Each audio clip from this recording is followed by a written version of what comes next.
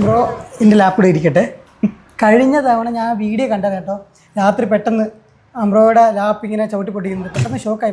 ഏത് ജോലിക്കാരനാണോ ആ ജോലിക്കാരൻ്റെ ഒരു ആയുധം അദ്ദേഹത്തിൻ്റെ ഒരു അവയവം പോലെയാണ്. അപ്പോൾ അതിലൊരു ചവിട്ട് കേൾക്കുക അല്ലെങ്കിൽ അതിലൊരു ഭംഗം പറ്റുക എന്ന് പറയുമ്പോഴത്തേക്ക് അതുമായി ബന്ധപ്പെട്ട ആൾക്കാർക്ക് അല്ലെങ്കിൽ അങ്ങനെ ജീവിക്കുന്ന എല്ലാവർക്കും ഒരു വേദന ഉണ്ടാക്കുന്നതാണ്.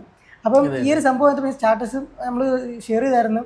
കാരണം നമുക്ക് ഇങ്ങനെ നിങ്ങൾ സപ്പോർട്ട് ചെയ്യാൻ പറ്റും. കാരണം ഇതിനു മുമ്പ് എനിക്കും ഇതുപോലെ അനുഭവങ്ങൾ ഉണ്ടായിരുന്നു. പക്ഷെ ഞാൻ മിക്ക കലാകാരന്മാരും പുറത്ത് പറയാറില്ല.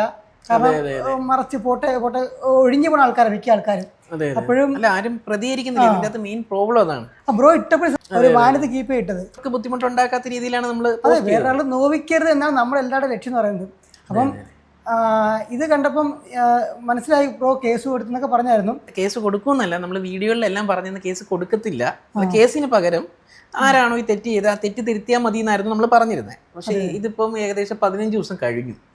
ഇത്രയും ദിവസമായിട്ട് മുഖ്യമന്ത്രി വരെ ഓർഡർ ഇട്ടിട്ട് പോലും ഒരു ഫീഡ്ബാക്കും ഇല്ല. ഇതുവരെ ഒരു നടപടികൾ എടുക്കുന്നില്ല, ഒന്നുമില്ല. അതുകൊണ്ട് ഇപ്പം നമ്മൾ നിയമപരമായിട്ട് മുന്നോട്ട് പോവുകയാണ്. ഇനി കേസ് കൊടുത്ത് മുന്നോട്ട് പോകാനുള്ള രീതിയിലാണ്. കാരണം വേറൊന്നുമല്ല, ഒരുപാട് കലാകാരന്മാർ വിളിച്ചിട്ടുണ്ടായിരുന്നു. അവർക്കെല്ലാം ഇത് കണക്ക് പല സ്ഥലങ്ങളിൽ പലതരത്തിലുള്ള അനുഭവങ്ങൾ പോലീസുകാരുടെ ഭാഗത്തുനിന്നുണ്ടായി. എന്നാൽ നല്ല പോലീസുകാരും ഉണ്ട്, ഒരുപാട് പേര് നല്ല നല്ല കലാകാരന്മാരായിട്ടുള്ള പോലീസുകാരുണ്ട്. ഒരുപാട് പോലീസ് എൻ്റെ പല സുഹൃത്തുക്കൾ പോലീസുകാരാണ്. അവരെന്നെ ഹെൽപ്പ് ചെയ്തിട്ട് ഞാൻ ആദ്യമായിട്ട് എൻ്റെ ഈ ലാപ്പല്ല, ഇതിനു മുമ്പ് ലാപ്ടോപ്പ് ഉണ്ടായിരുന്നു. അത് എനിക്ക് കുറച്ച് പോലീസുകാർ കുറച്ച് സുഹൃത്തുക്കൾ അവരും സഹായിച്ചിട്ട് മേടിച്ചാണ്. അതാ പറഞ്ഞു, ഒരുപാട് നല്ല പോലീസുകാരപ്പോൾ ഉണ്ട്.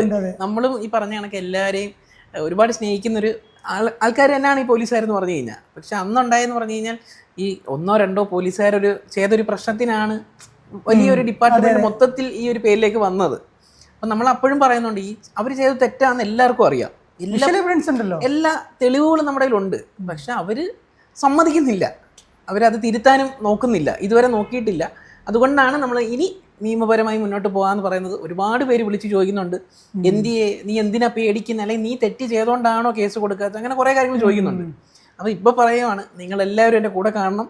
കാരണം ഞാൻ ഒറ്റയ്ക്ക് പോരാടുക എന്നൊരു തോന്നൽ എനിക്കില്ല. നിങ്ങളെല്ലാവരും എൻ്റെ കൂടെ തന്നെ ഉണ്ടെന്ന് നമ്മുടെ ഓരോ കമൻറ്റിലൂടെ മനസ്സിലാവുന്നുണ്ട്. ശരിക്കും അന്ന് തന്നെ എനിക്ക് ബ്രോയെ കാണാൻ പറ്റുന്ന ആഗ്രഹം ഉണ്ടായിരുന്നു. ഞാൻ എപ്പോഴും ഇടയ്ക്ക് വിളിക്കാൻ, ബ്രോ വീട്ടിലുണ്ടാവോ, ഫ്രീ ആണോ ഉണ്ടായിരുന്നു.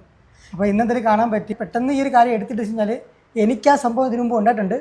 ഞാൻ ഇനി അത് ഞാൻ പുറത്തുവിടാൻ ആഗ്രഹിക്കില്ല, കാരണം അത് കഴിഞ്ഞ കാലം. പക്ഷേ എങ്കിലും എൻ്റെ ഓർമ്മകളിൽ ആ ഒരു സംഭവം സൂക്ഷിച്ചിട്ടുണ്ട്. പക്ഷേ ഇത് തെറ്റാണ്, തിരുത്താൻ അവസരം കിട്ടിയാൽ തിരുത്തേണ്ടത് തന്നെയാണ്. അപ്പം ബ്രോ അതിനൊരു അവസരം കൊടുത്തിട്ടുണ്ട്.